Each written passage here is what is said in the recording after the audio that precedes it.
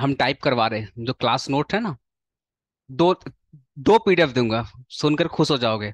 एक पीडीएफ है जो याद करके जाना है, और एक पीडीएफ है क्लास नोट का। टाइपिंग का खर्चा लग रहा है बट कोई बात नहीं, वो एक बार हो जाएगा ना टाइपिंग ना, तो परमानेंट वाला हिसाब हो जाएगा।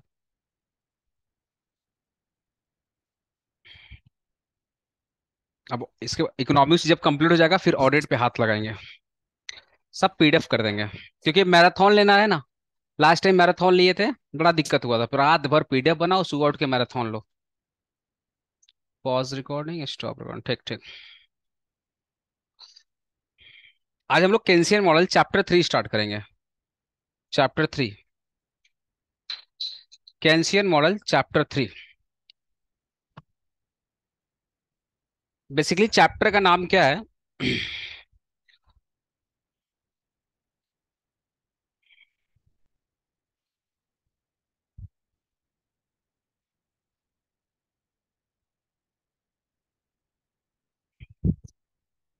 चैप्टर का नाम है हमारा, हमारे चैप्टर का नाम है थ्योरी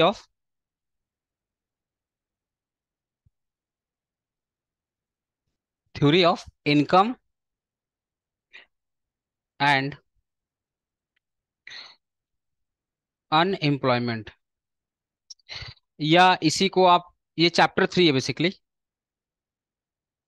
ठीक है, चैप्टर 3 है। ठीक, चैप्टर 3 का डे 1 है। इसी को बहुत लोग इसी का आपके सीयू में नाम लिखा हुआ है, डिटर्मिनेशन ऑफ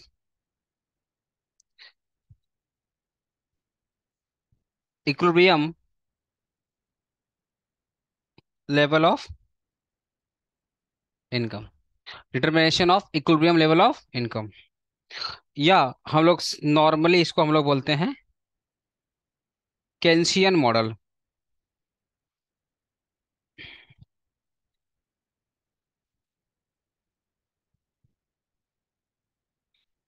ठीक है सर ये इसका। पूरा चैप्टर इस मॉडल पे बेस्ड है क्या?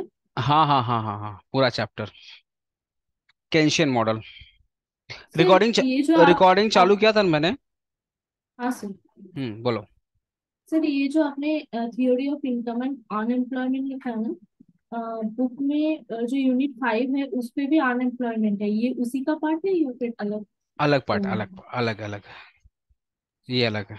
ठीक है, तो इसमें ना बेसिकली अगर मैं एजेंडा की बात करूँ, इस पूरे चैप्टर का जो एजेंडा है कि इस पूरे चैप्टर में अपने को क्या क्या पढ़ने को मिलेगा, तो मैं अगर सिंपली बताऊं तो आपको सबसे पहले पढ़ना पड़ेगा, सबसे पहले आपको पढ़ना पड़ेगा यहाँ पे इक्विलिब्रियम कंडीशन। मैं ऐसे ही मोटा मोटा बता दे रहा हूँ, पूरा डिटेल में नहीं, मेन मेन टॉपिक क्या क्या पढ़ने को है। Equilibrium condition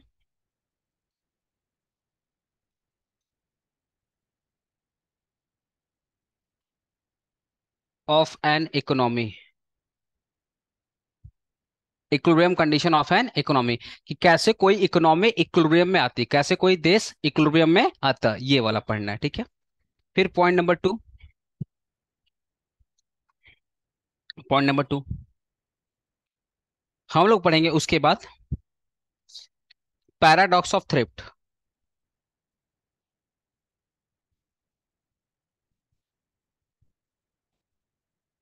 paradox of thrift, paradox of thrift, ये मॉडल का इंपॉर्टेंट क्वेश्चन बता दे रहा हूँ क्या क्या एग्जाम में आता है। इक्विलिब्रियम कंडीशन से 2 क्वेश्चन आता है, कभी एडीएस अप्रोच पूछता है, कभी इन्वेस्टमेंट सेविंग अप्रोच पूछता है, वो सब मैं पढ़ाऊंगा, don't worry. Paradox of thrift. फिर आपका आता है इन्वेस्टमेंट मल्टीप्लायर,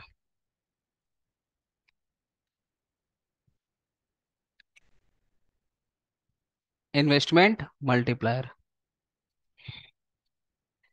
फिर आता है आपका government expenditure and tax multiplier.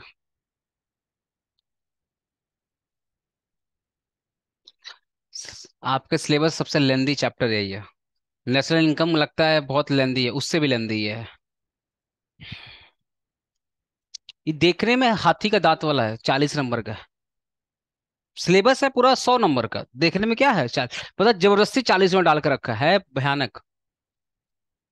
Government expenditure, tax multiplier. फिर नेक्स्ट आपका है BBM, बैलेंस बजट मल्टीप्लायर।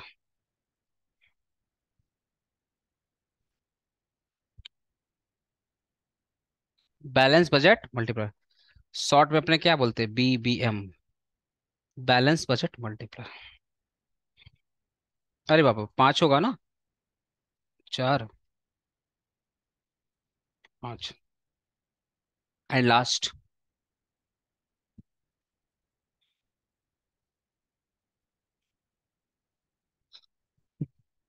इसमें भी न्यूमेरिकल्स है, जैसे नेशनल इनकम में न्यूमेरिकल्स था ना, इसमें भी न्यूमेरिकल्स है। हाँ। हाँ इजी है ये, न्यूमेरिकल बहुत टफ नहीं, बस फार्मूला याद रहेगा तो हो जाएगा। लेकिन हाँ, थोड़ा बहुत करना पड़ेगा। तो ये तो एकदम मोटा मोटा बताया, अभी अंदर में और है। ये एकदम मेन मेन टॉपिक बताया। ये तो पार्ट है, इसके सब पार्ट बहुत है।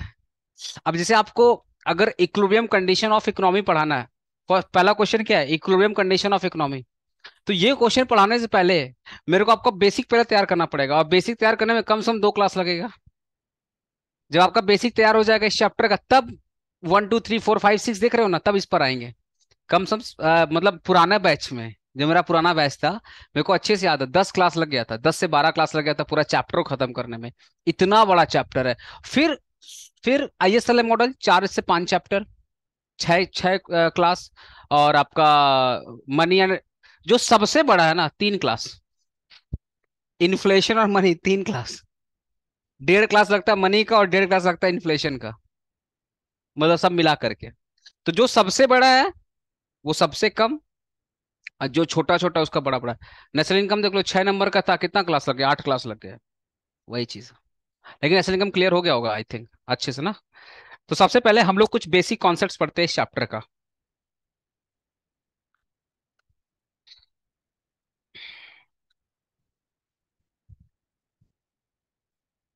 कर दे रहे हैं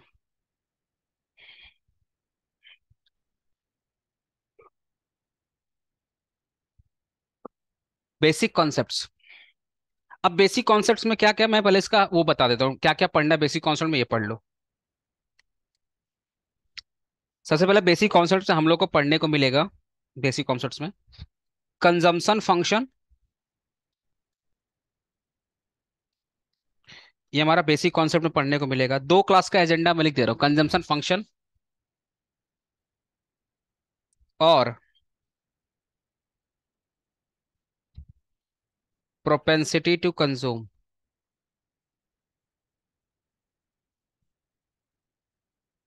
प्रोपेंसिटी टू कंज्यूम। दूसरा,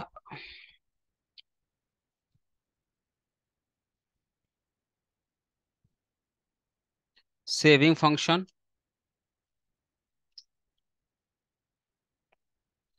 और प्रोपेंसिटी टू सेव। तीसरा,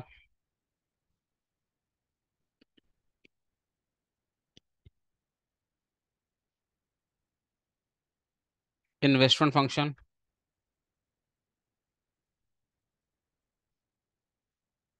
aggregate demand and supply.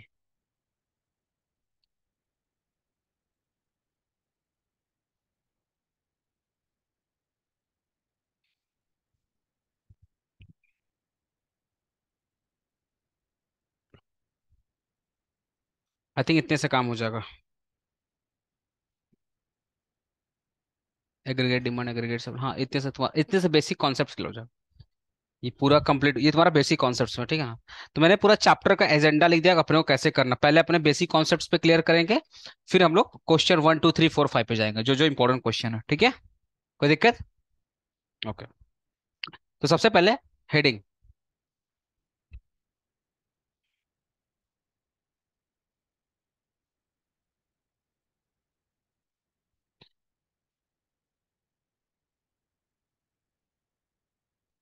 Consumption function, या इसी को हम लोग बोलते हैं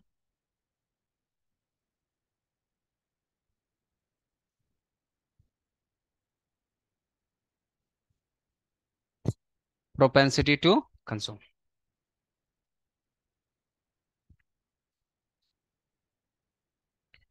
लिखिएगा, consumption function represent the functional relationship between the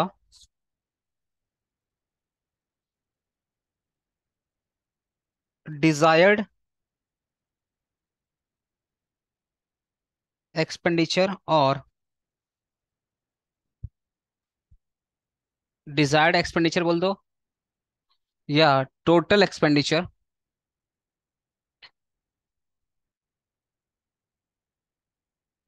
and level of income,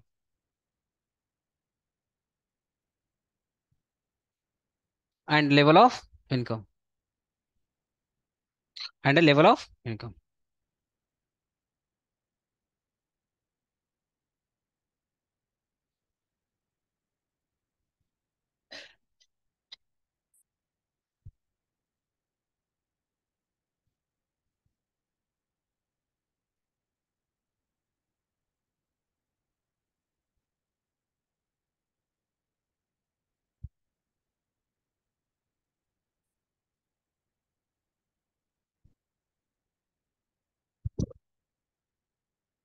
Vikas IFS जगह पे अकाउंट्स में दिया देखो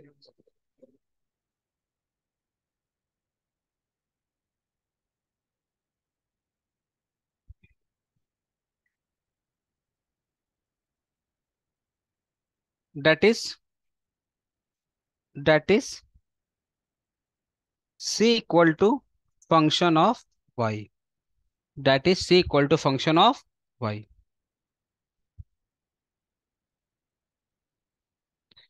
where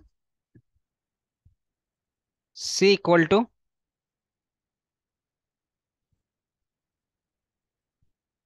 consumptions, y equal to income।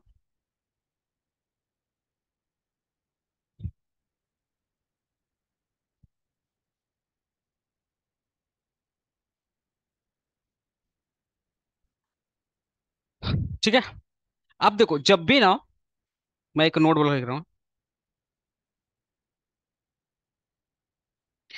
जब भी आप इकोनॉमिक्स में ना, जब भी आप इकोनॉमिक्स में फंक्शन वर्ड देखिएगा, समझ जाइए किसी रिलेशन की बात हो रही है, किसी रिलेशन की बात हो रही है। जब भी आपको फंक्शन की बात आ जाएगी तो आप समझिएगा किसी रिलेशन की बात हो रही है। तो जो कंजम्पशन फंक्शन है ना, ये किसकी बात करता है? रिलेशन की बात करता है। किसके रिलेशन की बात करता है? Consumption and level of income. मतलब ये सिंपल ये बोलना चाहता है कि जैसे जैसे देश का इनकम बढ़ेगा, जैसे जैसे देश की एग्रीगेट इनकम बढ़ेगी, वैसे वैसे लोग खर्च को भी बढ़ाएंगे। मतलब देश की इनकम बढ़ेगी तो लोगों का लिविंग एंड स्टैंडर्ड बढ़ेगा। अरे इनकम बढ़ेगी देश का तो आपका भी तो इनकम बढ़ेगा।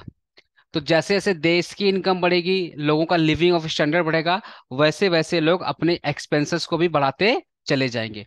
और ठीक इसका उल्टा, जैसे जैसे लोगों की इनकम घटेगी वैसे वैसे खर्च भी घटते चला जाएगा। ये था इसका बेसिक मतलब, ये था इसका बेसिक मतलब। बट प्रोफेसर केन्स क्या बोलना चाहते हैं पहले ये समझ लो।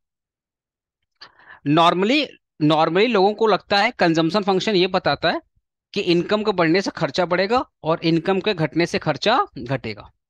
बट प्रोफेसर केन्स इतना सिंपल बात नहीं बोलते। प्रोफेसर केन्स ये बोलते हैं, प्रोफेसर जे मेनार्ड, पूरा नाम है उनका जे एम केन्स। पूरा नाम क्या है? J M Keynes, John Maynard Keynes. John Maynard Keynes. तो एज पर जॉन मेनार्ड केन्स, उन्होंने क्या बोला कि जैसे जैसे लोगों की इनकम बढ़ती चली जाती है, जैसे जैसे लोगों की इनकम बढ़ते चली जाती है,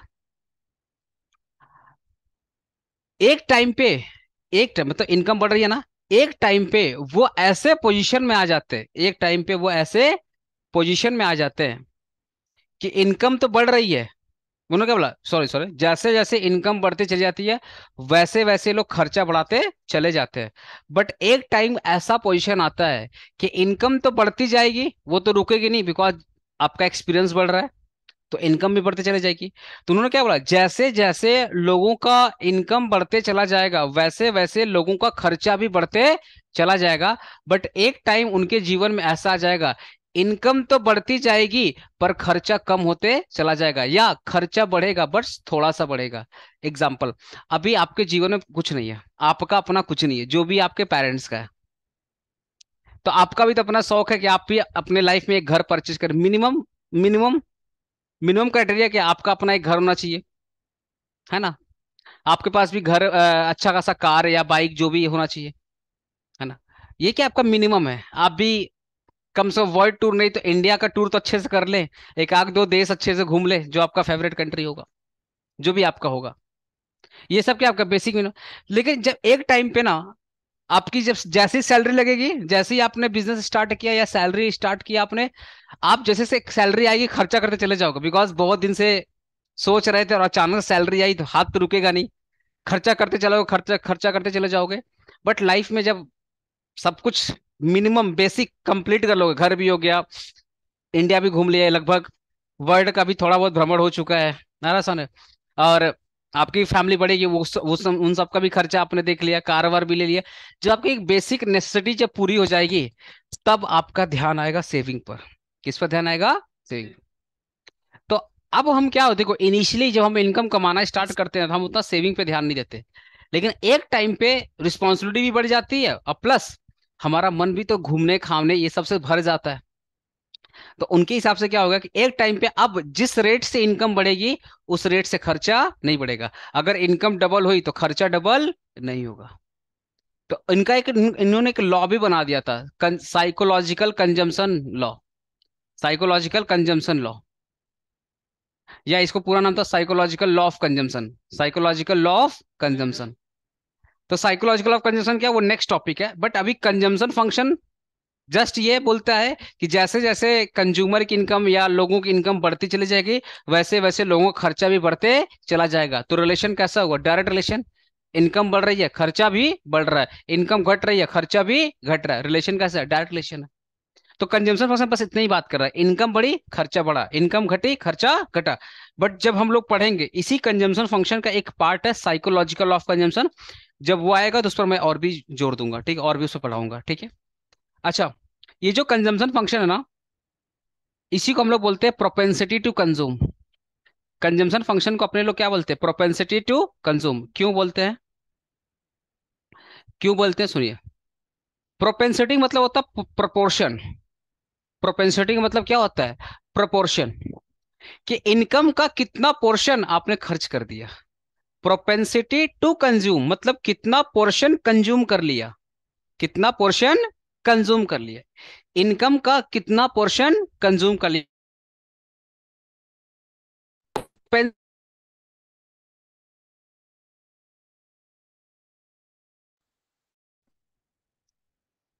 ये ऑडियो नहीं आ रही है क्या? सही तो है। ऑडियो आ रही है ना गाइस? ऑडियो आ रही है ना? सर बीच में डिस्टर्ब। हेलो, अभी आ रहा है? हाँ सर, अभी आ। ठीक है। तो propensity to consume consumption function का सेकंड नियम है। कंजम्पशन फंक्शन किसकी बात करता है? कंजम्पशन की बात करता है। प्रोपेंसिटी टू कंज्यूम में किसकी बात करता है? कंजम्पशन की बात करता है। बट डिफरेंस क्या है? कंजम्पशन फंक्शन ये बोलता है, डायरेक्टली बोलता है इनकम बढ़ेगी खर्चा बढ़ेगा, इनकम घटेगी तो खर्चा घटेगा। प्रोपेंसिटी टू कंज्यूम बोलता है इनकम के बढ़ने से कितना पोर्शन खर्च हुआ, इनकम के बढ़ने से कितना पोर्शन खर्च हुआ, इनकम के घटने से कितना पोर्शन कंजम्पशन घट गया, इनकम के घटने से कितना पोर्शन कंजम्पशन घट गया। ये पोर्शन की बात करता है, प्रोपेंसिटी की बात करता है, या प्रोपोर्शन की बात करता है। बट दोनों का मतलब क्या है? सेम है कि इनकम बढ़ेगा तो खर्चा बढ़ेगा, इनकम घटेगा तो खर्चा घटेगा। बिकॉज दोनों दोनों के दोनों खर्च और इनकम की बात करते हैं। प्रोपेंसिटी टू कंज्यूम ये बताता है अच्छा इनकम बढ़ गई, बढ़ी हुई इनकम से कितना खर्च किया, इनकम घट गई, कितना पोर्शन इनकम घटा, कितना पोर्शन इनकम घटा, उसमें से कितना पोर्शन कंजम्पशन घट गया। मतलब सिंपली अगर बोलूं, इनकम कितनी घटी, खर्चा कितना घटा। तो दोनों तो इनकम और खर्च की बात कर रहे हैं। तो जहां पर इनकम और खर्च का रिलेशन आ गया, जहां पर इनकम और खर्च का रिलेशन आ गया, ऐसे फंक्शन को बोलते हैं कंजम्पशन फंक्शन या प्रोपेंसिटी टू कंज्यूम। क्लियर हुआ? हेडिंग डालो, साइकोलॉजिकल लॉ ऑफ कंजम्पशन।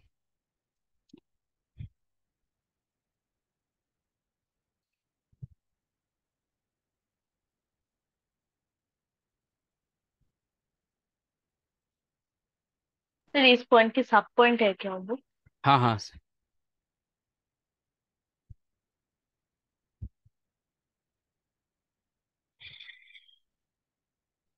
लिखिएगा।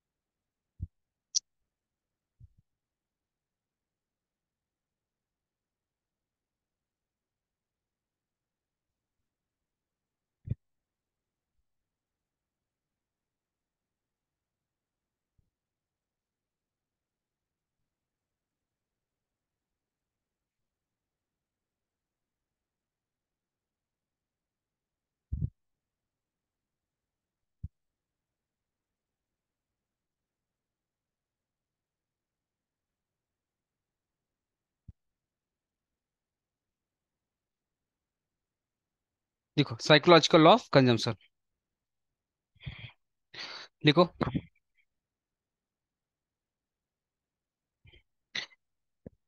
According to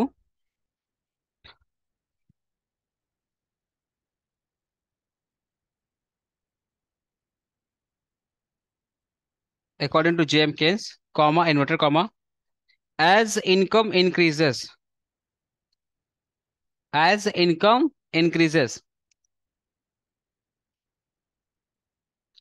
consumption is also increases.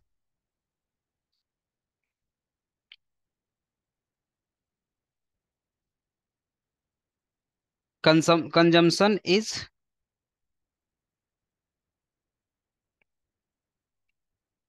also increases, but not the same rate as the but not the same rate as the increase in,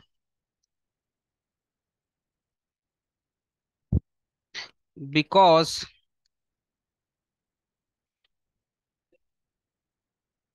hmm, increase in income, huh? Increase in income because a part of income, but because a part of income is,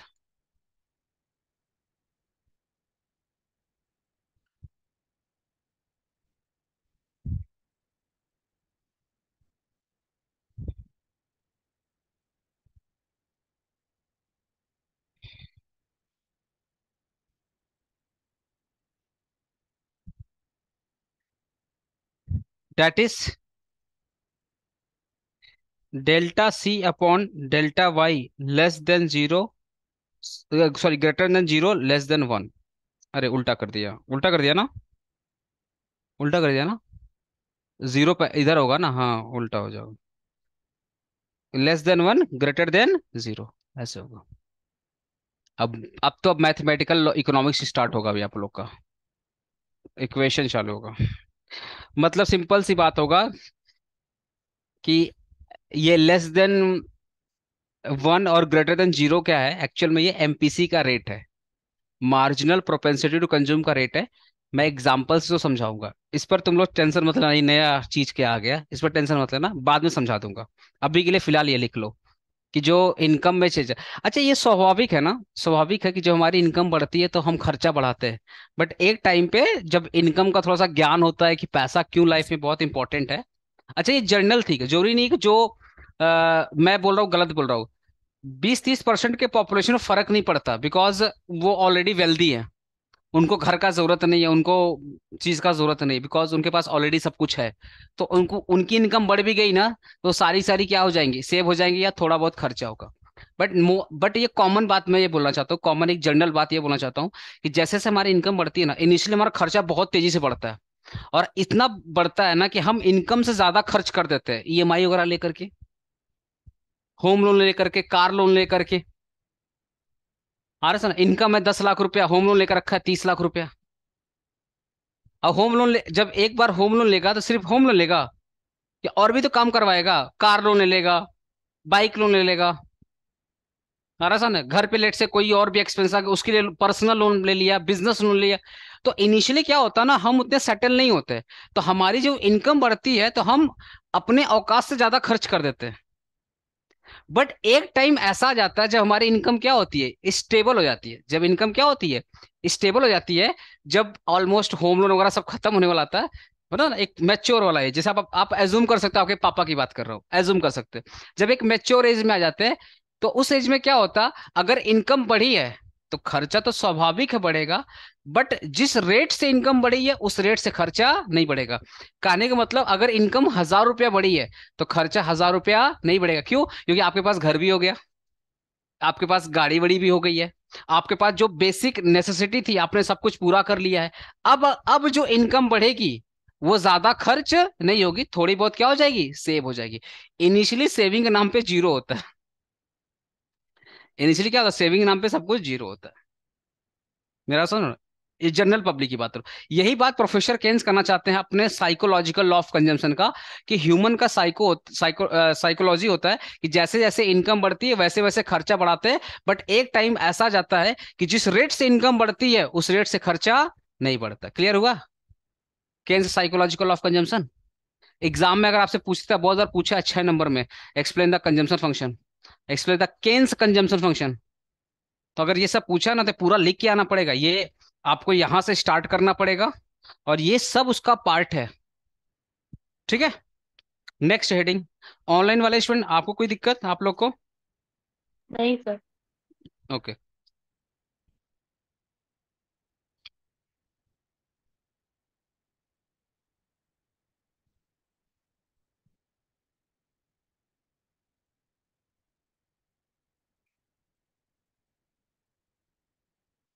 sir ये सब जो कर रहे हैं अभी, consumption function के under में आता है ना? सब सब सब कंजम्पशन कंजम्पशन फंक्शन के अंदर ही आएगा।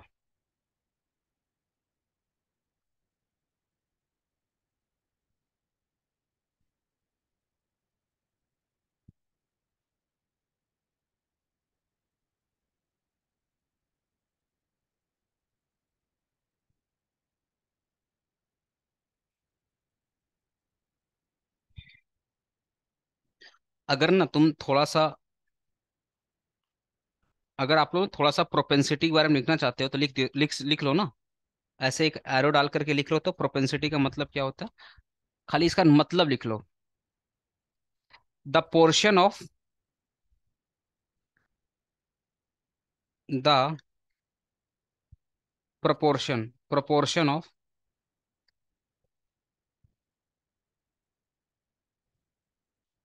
ऑफ टोटल इनकम और increase in income, the portion of total income, the proportion of total income और increase in income that consumers that consumers tend to spends that consumer tend to spend on goods and services.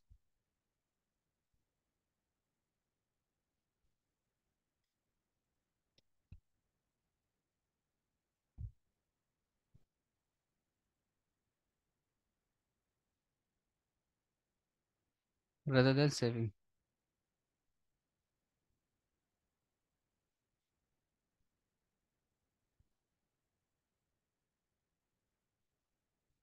The portion of total, मतलब total income का कितना portion आपने खर्च कर दिया, या बढ़ी हुई इनकम का कितना पोर्शन आपने खर्च कर दिया।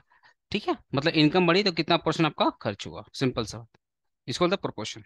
अगर types of proportion, types of propensity to consume की बात करें ना, types of propensity to consume की बात करें,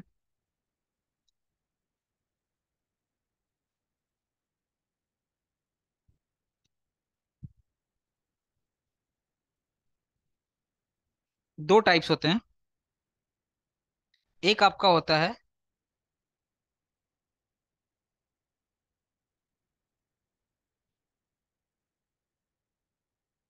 एवरेज प्रोपेंसिटी टू कंज्यूम, और दूसरा आपका होता है,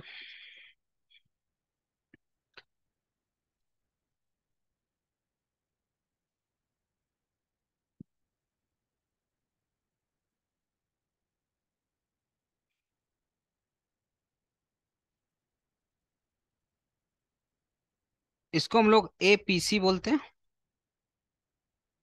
इसको हम लोग एपीएस बोलते हैं।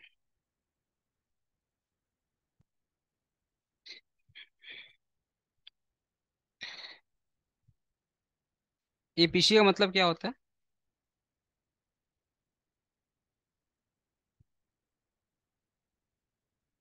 एपीसी क्या बोलता है? It is a ratio of,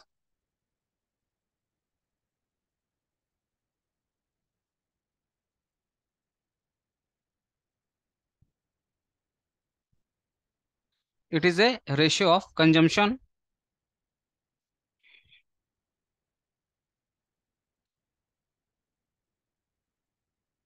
and level of income, therefore APC equal to C upon Y.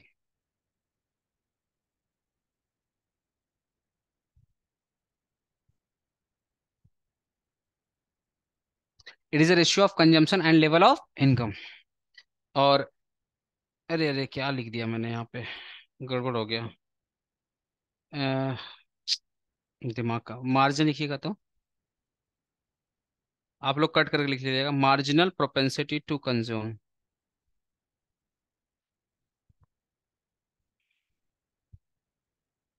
MPS. हाँ, marginal propensity to, MPC, marginal propensity. कहाँ दिमाग हो गया, लिखो, MPC it is a ratio of change in income, it is a ratio of change in income, मतलब delta Y की बात हो रहा है। चेंज इन इनकम मतलब डेल्टा वाई, एंड चेंज इन,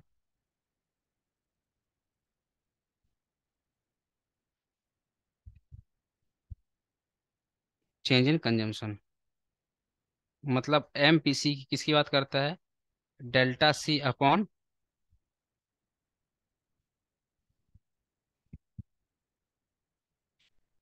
हो गया।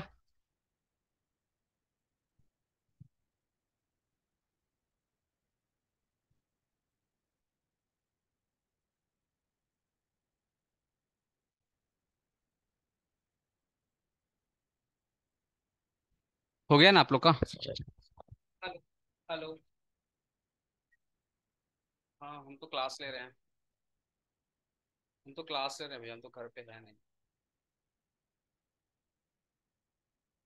नहीं नहीं, फैमिली है, आप ऊपर जाकर देख सकते हो। मदर हो, मदर हो। साइकिल कुछ नहीं होगा, सामने बोल दीजिए ना, कोई इशू नहीं हो, साइकिल तो चल जाइए ना, मैं रहता तो आ जाता नीचे।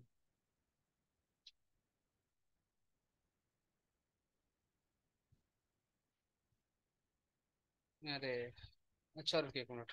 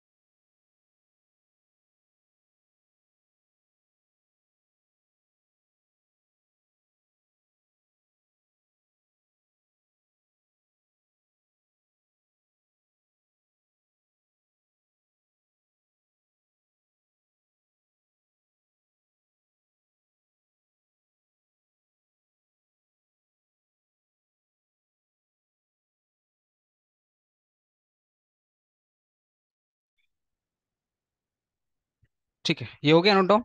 ठीक। एवरेज प्रोपेंसिटी टू कंज्यूम क्या बोलता है?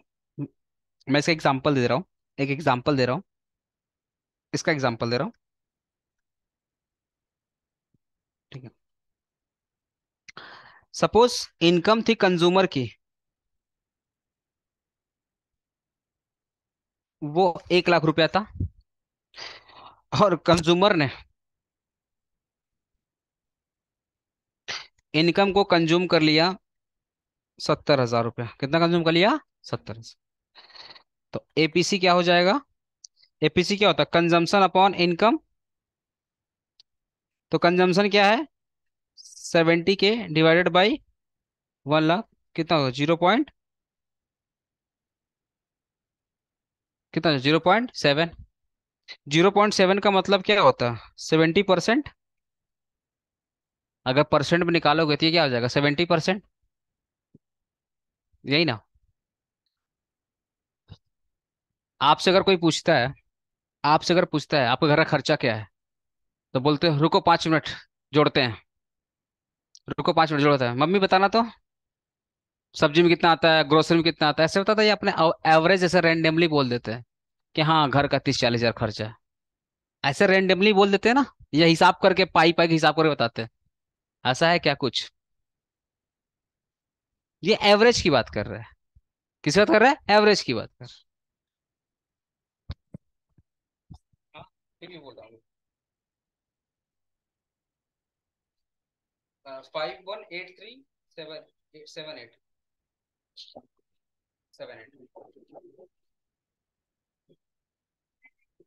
होगा।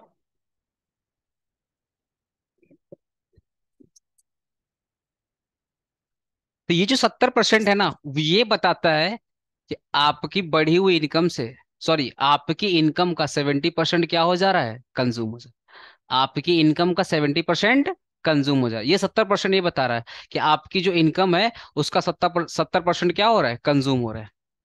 और ये मार्जिनल प्रोपोर्शनलिटी का एग्जांपल देख लो, इसका एग्जांपल ले लो।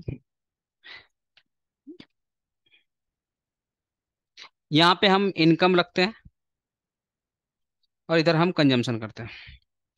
मान लेते हैं इनकम थी पहले 1 लाख रुपए, तो हम 70,000 खर्च करते थे। अब सपोज इनकम मेरी डबल हो गई, सपोज मान लेते हैं इनकम अगर डबल हो गई तो क्या खर्चा भी डबल होगा? इनकम अगर डबल होती है तो खर्चा भी डबल होता है क्या? नहीं। लेट से मेरा जो खर्चा है ना वो बढ़ करके हो गया 1 लाख रुपया। कितना खर्चा हो गया? एक। तो आप मुझे बताइएगा इनकम में कितना चेंजेस आया? इनकम में चेंजेस कितना आया? तो ये आपका डेल्टा वाई हो गया। बिकॉज डेल्टा मतलब क्या होता है? चेंजेस। और खर्चा में कितना का चेंजेस आया? खर्चा पहले 70,000 था, अब आपका 1 लाख हो गया। कितना खर्चा चेंज हुआ? 30,000। ये आपका डेल्टा सी हो गया। ये क्या हो गया? Delta C.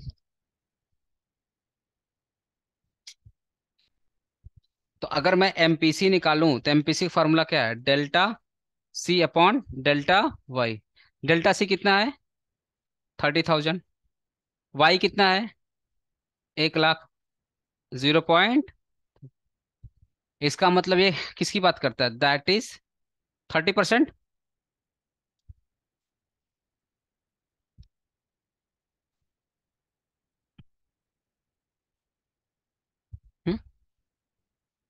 तो एमपीसी क्या बोलता है कि जैसे कि एमपीसी ये बताता है कि जितना परसेंट आपकी इनकम बढ़ी है ना उसका 30% खर्च हो गया। एमपीसी ये बताता है कि जो इनकम आपकी बढ़ी है उसमें से 30% आपने क्या कर दिया है? खर्च कर दिया। और देखा जाए एग्जैक्टली सेम हुआ। जब इनकम 1 लाख थी तो 70,000 खर्च करते थे।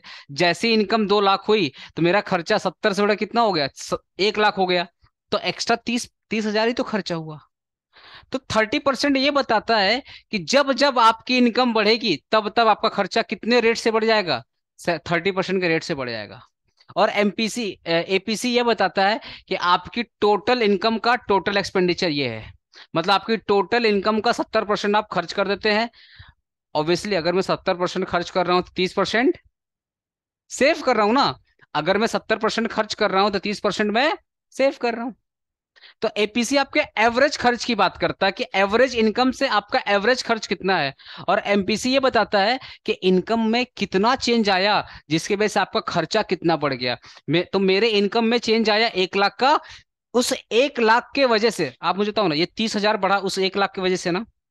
ये जो 30,000 बढ़ा वो किसके वजह से बढ़ा? 1 लाख की वजह से बढ़ा।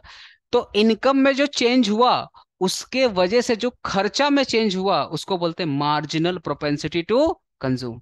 कि इनकम के चेंज होने से खर्च में जो चेंज आया, फिर से बोल रहा हूं, इनकम में चेंज होने के वजह से खर्च में जो चेंज आया उसी को बोलते हैं marginal propensity to consume. Income में चेंज होने के वजह से खर्च में जो चेंज आया उसी को बोलते हैं मार्जिनल प्रोपेंसिटी टू कंज्यूम। और टोटल इनकम से टोटल कितना खर्च कर दिया उसको बोलते हैं average propensity to consume. Clear हुआ? नोट डाउन हो गया सब? ठीक है, एक बार सब रिवीजन करो। अच्छा सुनो सुनो, एमपीसी का रेट कितना आया? अरे कितना रेट आया? एमपीसी रेट कितना आया? 0.3। तो ये जो 0.3 है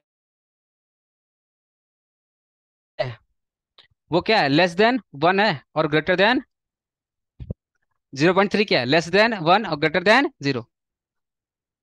ठीक है ना? और 0.3 क्या था हमारा? Delta C upon delta Y. अरे 0.3 क्या था हमारा एमपीसी? वो क्या था? लेस देन 1 और ग्रेटर देन, यही लिखा था क्या ऊपर में? तो यही तो 0.3 था। वही सेम चीज बोला ना, ऊपर वाला समझ में आ जाएगा। तो अब यहाँ पे देख लो आप, जो 0.3 था वो 1 से कम था, 0 से ज्यादा था। तो delta C upon delta Y 0.3 हो गया।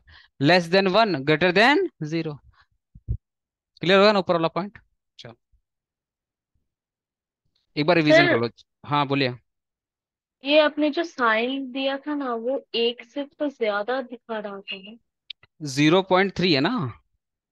सर जीरो आपने पॉइंट यहाँ पे देखो ना, यहाँ पे देखो। सर आपने उल्टा कर दिया था शायद। अच्छा, मतलब एक अभी ये भी ठीक है ना ये वाला? सर ये वाला ठीक है, वो तो 0.3 जो आपने लिखा था अच्छा ना अच्छा, वो। मैं देख रहा हूँ। 0.3 लेस देन 1 ग्रेटर देन 0, यही तो हुआ ना? हाँ सर। यही तो हुआ ना? शायद ऐसे ही तो लिखा था।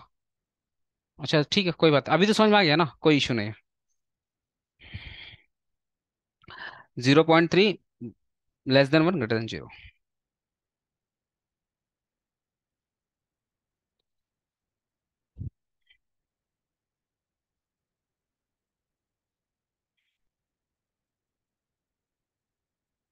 क्लियर? तो यहाँ पे नोट ब्लॉक लिखना।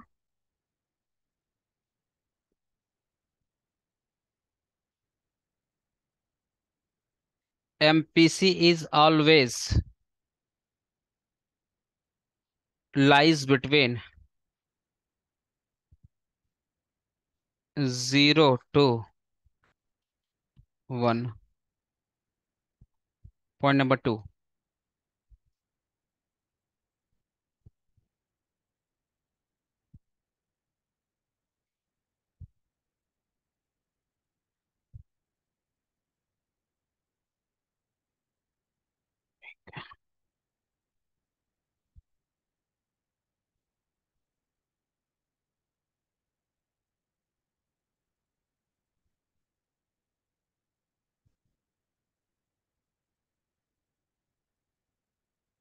एक minute guys.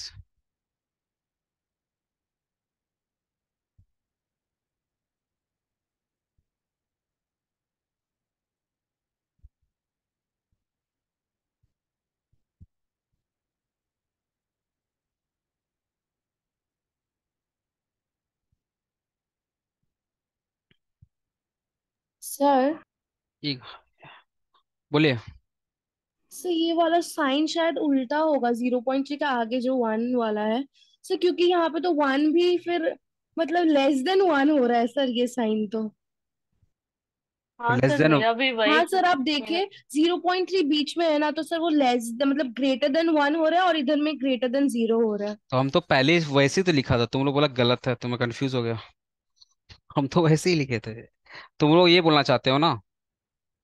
Delta C upon delta Y, ये वाला ना। हाँ हाँ सर, यही हाँ वाला। सर, ये भी तो मैं भी बोल रही मेरे थी। को तो भी यही लगा था, लेकिन फिर तुम लोग बोला तो मुझे लगा यार तुम लोग मेरे ज्यादा मैथ पढ़ता है, हम तो कभी कोई मैथ पढ़ते हैं। तो इसीलिए पहले मेरा भी कंफ्यूजन, मतलब कंफ्यूज हो रही थी ऐसे मैं। कर लेना, ऐसे कर लेना, ऐसे कर लेना, मेरे को भी लगा यही होगा। थोड़ा सा मैं कंफ्यूज था, ठीक है, नोट डाउन कर लो थोड़ा सा। पहले वाला साइन वाला कंफ्यूज करना था।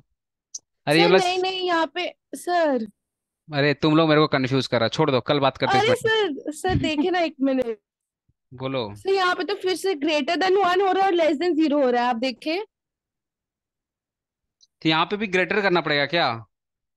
आप देखिए ना, ग्रेटर देन 1 और लेस देन 0 हो रहा है, तो less than, I mean sir greater than 0 और लेस देन 1 होगा ना।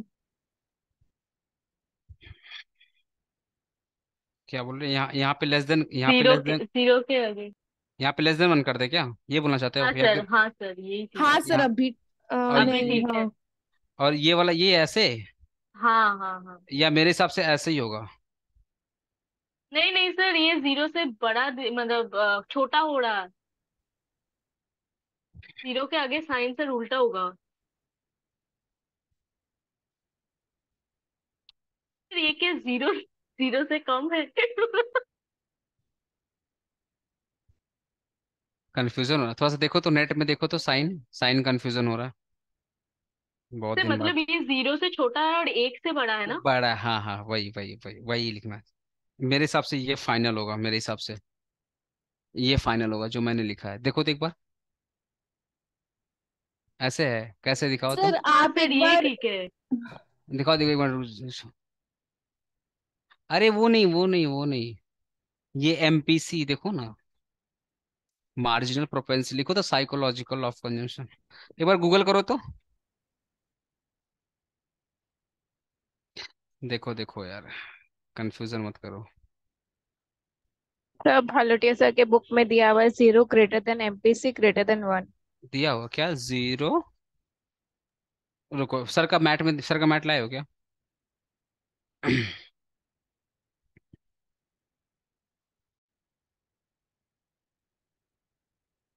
हम्म,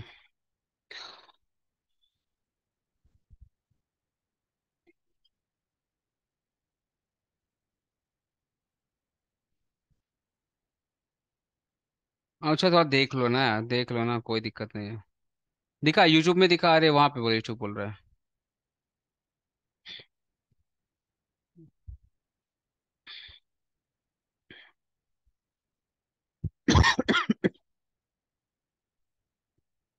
हम्म,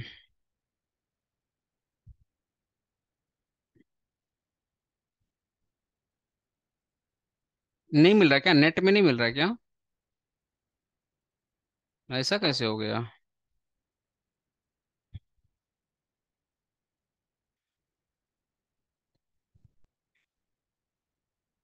हम्म।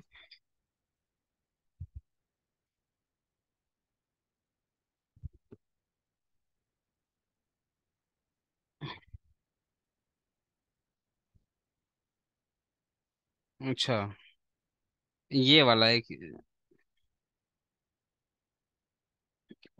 सर अच्छा, गूगल में सिर्फ डेल्टा सी और डेल्टा वाई दिखा रहा है। नहीं गूगल में ऐसे दिखा सर रहा है दोनों एरोस को अगर ये साइड में कर देना तो सर हो जाएगा ना, ग्रेटर देन यही वाला 0। ना। अरे हाँ देखो ना सर, ये, हाँ सर, हाँ सर हाँ यही। सर, हाँ ये ये। वाला ना। ग्रेटर देन 0 लेस देन 1, हाँ सर। नेट में यही दिखा रहा है। अब मैं सच में एकदम पता नहीं, सुबह से हम क्लास करा रहे हैं, अब मेरे को एक्स्ट्रा खटनी मत कराओ। हम नेक्स्ट क्लास में कंफ्यूजन कर देंगे, मेरे को जगह पहले चेक करना पड़ेगा अच्छे से। ये डाउट है थोड़ा सा, साइन में लेकर थोड़ा सा डाउट है, ठीक है। तुम लोग समझ तो गया ना, जीरो से ज्यादा होगा और वन से कम होगा, ये तो समझ गया ना। साइन वाला थोड़ा सा पोर्शन देख लेंगे अपने लोग। फीचर्स नंबर 2 लिख लो। MPC never be zero. Exam में कहीं कहीं पूछ लेता, फीचर्स ऑफ एमपीसी 2 नंबर का पूछ लेता है। एमपीसी नेवर बी जीरो, या इसलिए नाइदर जीरो नॉर वन, ना तो जीरो होगा ना ही वन हो, लिख लो ना, नाइदर जीरो नॉर वन, ना जीरो होगा एमपीसी ना 1 होगा, हमेशा उसके क्या बीच में होगा, क्या होगा उसके बीच में होगा। ठीक है। नंबर थर्ड, इसका फीचर्स देख लो, नंबर थर्ड फीचर्स देख लो।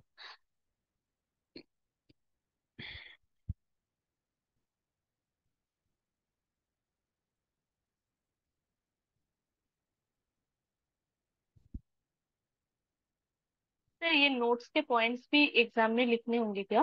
हाँ नहीं, आप नहीं, ये नोट्स के पॉइंट आप एग्जाम में नहीं लिख सकते, कोई दिक्कत नहीं। When MPC, sorry, when MPC is zero, अगर एमपीसी का वैल्यू क्या है, जीरो है, इट मीन्स, अगर एमपीसी का वैल्यू क्या हो गया, जीरो हो गया, इसका मतलब, अगर एमपीसी का वैल्यू जीरो हो गया, इट का इसका मतलब क्या हुआ, देखो।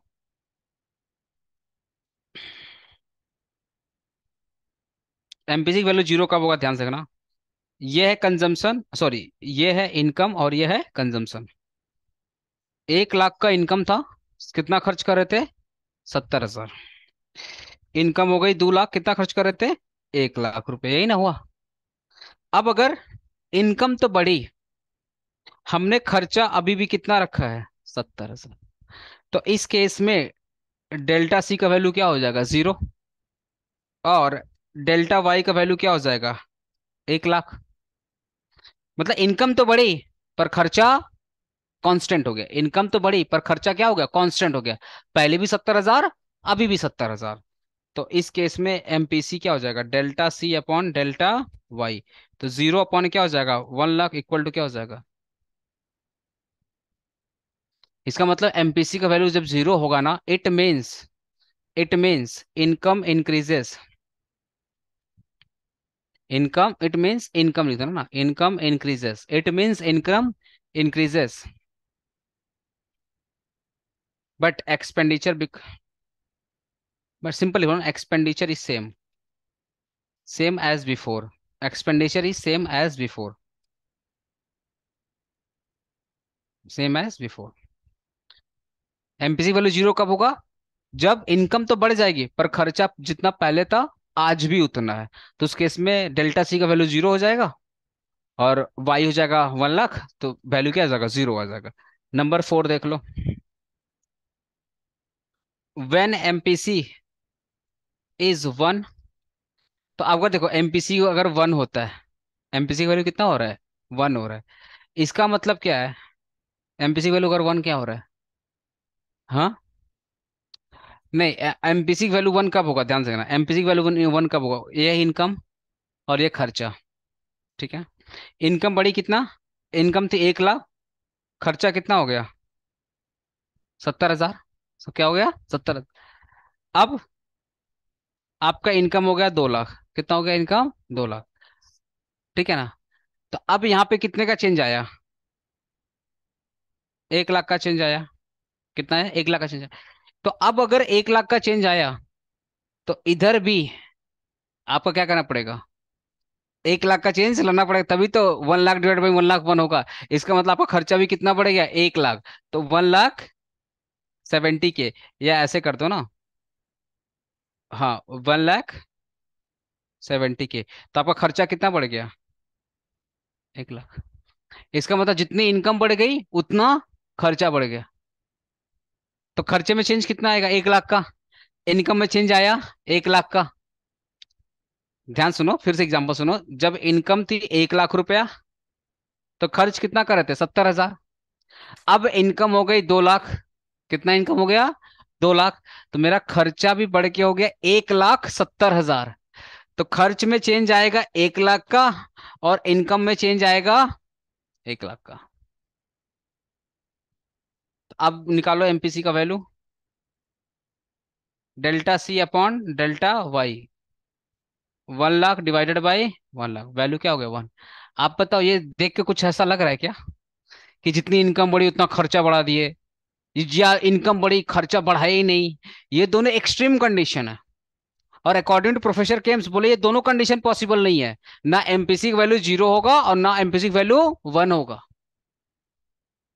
बोले इन बिटवीन होगा, या तो जीरो से ज्यादा होगा और 1 से कम होगा, क्योंकि अगर जीरो हो गया अगर एमपीसी का वैल्यू क्या हो गया, जीरो हो गया, इट मीन्स आपने खर्चा तो किया है, सॉरी इट मीन्स आपकी इनकम तो बढ़ी है पर आपने खर्चा नहीं बढ़ाया।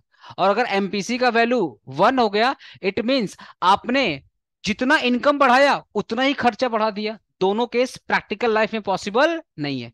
दो एक्सट्रीम कंडीशन है एज पर प्रोफेसर जेएमकिंस, कि जितनी इनकम बढ़ेगी उतना खर्चा नहीं बढ़ेगा, इनकम तो बढ़ेगी खर्चा नहीं बढ़ेगा, ये नहीं। दो केस हुआ ना। जीरो कब होगा, इनकम तो बढ़ रही है खर्चा कांस्टेंट, ये भी पॉसिबल नहीं है। वन कब होगा, जितना इनकम बढ़ा उतना खर्च बढ़ गया, जितना इनकम बढ़ा उतना खर्च बढ़ गया, ये भी पॉसिबल नहीं है। इसलिए देखो पहला लाइन क्या लिखा गया है कि MPC always lies between zero to one.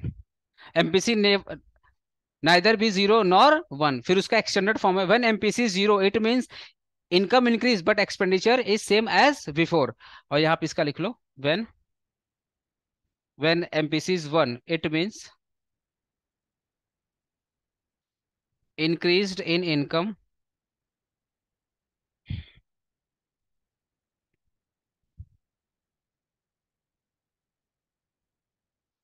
leads to increased in income leads to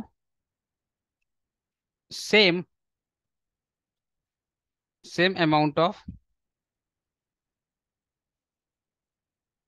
increased in leads to same amount of increased in expenditure।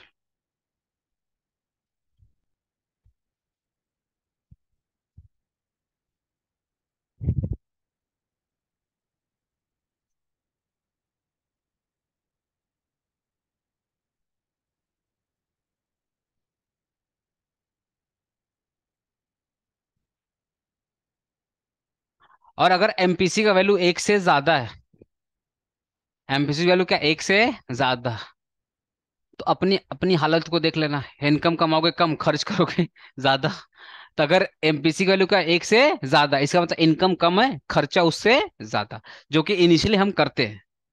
तो इनिशियली क्या होता है, हमारी इनकम होती है 40,000 50,000, खर्चा हो गया 4 लाख, ईएमआई का लोन वगैरह लेकर के, पर्सनल लोन, ये लोन, फलाना ढिमका लोन।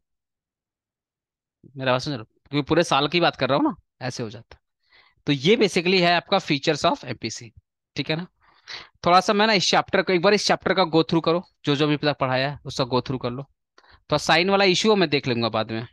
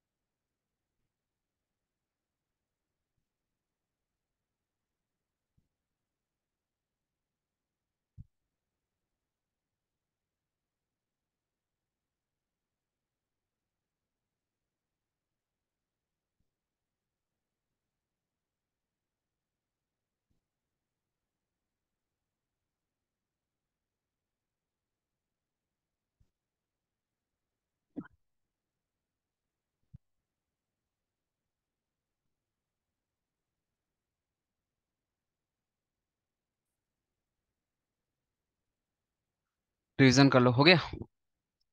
कोई दिक्कत अभी तक? कंजम्पशन फंक्शन, ठीक है, प्रोपेंसिटी टू कंज्यूम, ठीक है, उसके टाइप्स भी कर लिए, साइकोलॉजिकल लॉ ऑफ कंजम्पशन भी कर लिए, ठीक है ना। अच्छा, जब भी आपका एमपीसी का रेट बढ़ता है, जब आपका एमपीसी रेट बढ़ता है, एक रिलेशन होता है एपीसी और एमपीसी का, एक रिलेशन होता है एपीसी और एपी। तो वो मैं रेट आगे चल के पढ़ाऊंगा कि जब एमपीसी इंक्रीज होगा तो एपीसी पे क्या इम्पैक्ट आएगा, वो आगे चल के हम लोग पढ़ेंगे, आज नहीं पढ़ेंगे, आज अभी बेसिक ही चल रहा है, ठीक है ना। ओके। मैं ना इस चैप्टर में, ये चैप्टर क्यों आया था थोड़ा मैं इसके बारे में हिस्ट्री पढ़ा देता हूँ। ये चैप्टर हम लोग क्यों पढ़ते हैं? आपने ग्रेट डिप्रेशन का नाम सुना है? Great depression 1930? नहीं सुना? गाइस, ग्रेट डिप्रेशन का नाम सुना है?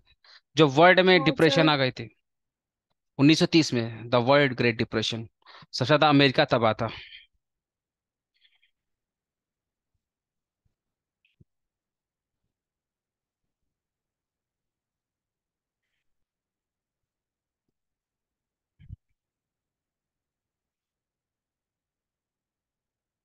अरे कृतिका देख लेते भाई, शाहीन देख लेंगे, आराम से देख लेंगे, डोंट वरी। ग्रेट डिप्रेशन वाला सुनो, वर्ल्ड में क्या हुआ था ना, ग्रेट डिप्रेशन आ गया था। ग्रेट डिप्रेशन का मतलब सारे वर्ल्ड के लोग काफी परेशान थे। सभी वर्ल्ड के लोग काफी ज्यादा परेशान थे, महंगाई बढ़ते जा रही थी, बढ़ते जा रही थी। One of the reason is war बहुत ज्यादा उस टाइम पे हो रहा था, है ना, सेकेंड वर्ल्ड वार, ये सब जो बहुत ज्यादा हो रहा था। बट बहुत सारे जो क्लासिकल इकोनॉमिस्ट थे वो फेल हो गए ये बताने के लिए कि प्राइसेस बढ़ी क्यों। उनको रीजन ही नहीं पता था। बिकॉज जो क्लासिकल इकोनॉमिस्ट थे वो बिलीव करते थे कि saving is good for the economy. जो क्लासिकल इकोनॉमिस्ट थे वो ये बिलीव करते थे सेविंग इकोनॉमी के लिए अच्छा है। इसीलिए लोग ज्यादा से ज्यादा लोग क्या करते थे, सेव करते थे। और सोचो ये बात इतना असर किया कि आज भी हमारे बुजुर्ग क्या बोलते हैं, बेटा खर्च कम कर, सेविंग ज्यादा कर। बट ये जो मॉडर्न इकोनॉमिस्ट आए, बोले नहीं, economy is not based on saving, economy is based on consumption. बोले जिस इकोनॉमी में ज्यादा से ज्यादा कंजम्पशन होगा, जिस इकोनॉमी में ज्यादा से ज्यादा कंजम्पशन होगा, उस इकोनॉमी में ज्यादा से ज्यादा ग्रोथ एंड डेवलपमेंट होगा। एकदम कॉन्ट्राडिक्शन बोल दिया ना। जो ग्रोथ, जो क्लासिकल थे वो क्या बोले, सेविंग करोगे तो देश के लिए अच्छा है। मॉडर्न वाले बोले, मॉडर्न मतलब वही प्रोफेसर केन्स, प्रोफेसर केन्स बोले saving is not good for economy. खर्च करो, क्या करो, खर्च करो। आपका जो एक्सपेंसेस है वो किस बेसिस होना चाहिए, खर्च के बेसिस होना चाहिए। जिस देश में ज्यादा खर्चा होता है उस देश में ज्यादा से ज्यादा तरक्की होता है। एकदम कॉन्ट्रडिक्शन हो गया। लेकिन सबसे बड़ा प्रॉब्लम आया ना कि क्या वो 1930 में पूरे वर्ल्ड में एक साथ इन्फ्लेशन हो गया, सॉरी एक साथ डिप्रेशन हो गया, मतलब पूरी की पूरी जो मार्केट थी ठप हो गई। हर एक कंट्री की पैसे की वैल्यू कम हो गई, हर एक कंट्री में इन्वेस्टमेंट जीरो हो गया, हर एक कंट्री में डिमांड कम हो गई, सप्लाई कम हो गई, प्रोडक्शन कम हो गया, अनएम्प्लॉयमेंट का लेवल बढ़ते चला गया, अनएम्प्लॉयमेंट का लेवल बढ़ते चला गया। लोग क्लासिकल इकोनॉमिक्स से पूछना स्टार्ट किए, भैया ऐसा क्यों हुआ बताओ। एक देश परेशान होता तो समझ में आता, यहाँ तो पूरा का पूरा वर्ल्ड परेशान है, ऐसा क्या हो गया, ऐसा क्या हो गया कि जो पूरा का पूरा वर्ल्ड परेशान है। No answer. क्लासिकल इकोनॉमिक्स के पास कोई आंसर था नहीं। तब 6 साल के बाद 1936, 1936, ये डेट याद रखिएगा आप लोग, 1936, ये बहुत इंपॉर्टेंट ईयर है, इसी की वजह से आज आपको पढ़ना पड़ रहा है। 1936 में जेएम केन्स ने एक बुक लिखी थी, the journal theory interest and unemployment. The journal theory interest and unemployment बोल के एक बुक लिखी थी 1936 में। और इस बुक में इन्होंने पूरा का पूरा रीजन रीजन तक समझा दिया कि ग्रेट डिप्रेशन आया तो किस रीजन के वजह से आया, और सिर्फ रीजन के साथ साथ रेमेडी भी बता दिए करना क्या है। आ तो गया, अब इससे टैकल कैसे करना है, ऐसे इसको रिमूव कैसे करना है। अरे अब सोच लोगों को बदल, ये मतलब ये जो साल था 1936 वाला ना, ये साल लोगों का सोच को बदल दिया। लोग पहले ज्यादा सेविंग ज्यादा फोकस करते थे, फिर लोगों को बोला नहीं भाई सेविंग ठीक है, उससे ज्यादा खर्च करो, सेविंग ज्यादा क्या करो, खर्च करो, वो ज्यादा बेटर होता है। तो 1936 में, 1936 में उन्होंने एक बुक लिखी थी, बुक का नाम लिखो तो, अच्छा एक नोट बोल के लिख लो ना, नोट बोल के लिख लो। In 1936, in 1936 John Maynard, John Maynard, JOHN, JOHN, John Maynard, MAYNARD, MAYNARD, John Maynard sir Keynes. फिर से बोले। In 1936, John Maynard Keynes. In 1936, John Maynard Keynes. JOHN MAYNARD, Maynard Keynes. KEYNES, Keynes. Has wrote a book. namely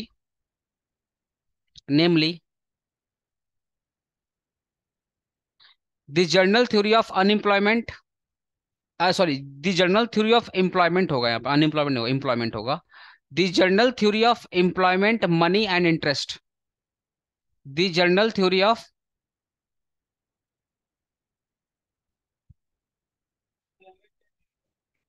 हाँ, the general theory of unemployment money and interest.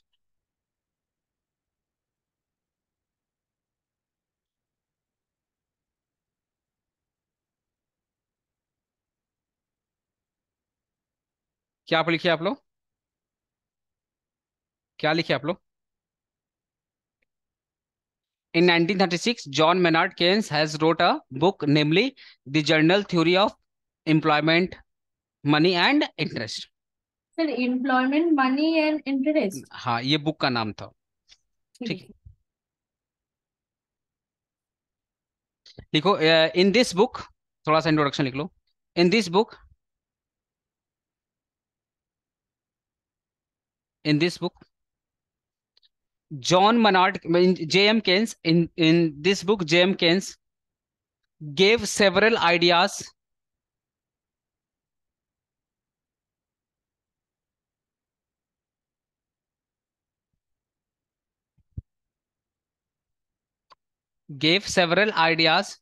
in this book, J.M. Keynes gave several ideas and concept related to macroeconomics, and concepts related to macroeconomics, and concepts related to macroeconomics, and concepts related to macroeconomics.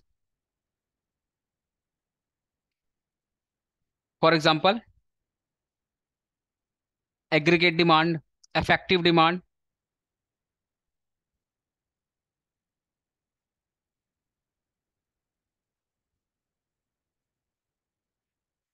effective aggregate demand, effective demand, role of government, government, multiplier effect,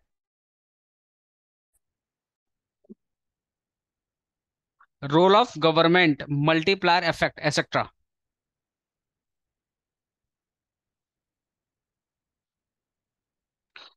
ठीक है, तो मैंने आपको बताया ना 1936 में इसी book में ना, इस बुक में इन्होंने बहुत सारे माइक्रो इकोनॉमिक्स के नए नए कॉन्सेप्ट बताए कि एग्रीगेट डिमांड क्या होता है, इफेक्टिव डिमांड क्या होता है, गवर्नमेंट का रोल क्या होना चाहिए, मल्टीप्लायर इफेक्ट क्या होता है, देश में इन्वेस्टमेंट कैसे होना चाहिए, बहुत कुछ उन्होंने बताया। और भी बहुत कुछ बताया, एनुअल स्प्रिंट क्या होता है, सब बताया। और प्लस ये भी रीजन बताया कि पूरे वर्ल्ड में ग्रेट डिप्रेशन आया तो किस रीजन के वजह से आया, और जाएगा तो अब कैसे जाएगा। रेमेडी भी बता दिया, रीजन भी बता दिया। पूरे वर्ल्ड के इकोनॉमिक्स फेल हो गए थे, पूरे वर्ल्ड के इकोनॉमिक्स फेल हो गए थे रीजन बताने तक, रेमेडी का बात छोड़ दो, रीजन बताने तक फेल हो गए थे कि आया तो आया, कैसे आ गया, और एक साथ पूरे वर्ल्ड में कैसे आ गया। तब जाकर ये बुक लोगों को, इसलिए प्रोफेसर केन्स को ना मॉडर्न इकोनॉमिक्स बोलते हैं, क्योंकि इनकी जो सोच थी ना बड़ी हटके थी। और ये ना जितने भी क्लासिकल इकोनॉमिक्स थे ना, सबकी बैंड बजाते थे। वो लोग कुछ भी बोलता था, बोलते गलत बोल रहा है। इन्होंने थोड़ा चोरी भी किया है, जैसे मल्टीप्लायर इफेक्ट इनका नहीं था। Multiplier effect professor A F फॉन का था, प्रोफेसर ए एफ फॉन का था। तो उन्होंने एम्प्लॉयमेंट का नाम दिया था, उन्होंने जो नाम दिया था एम्प्लॉयमेंट मल्टीप्लायर का नाम दिया था।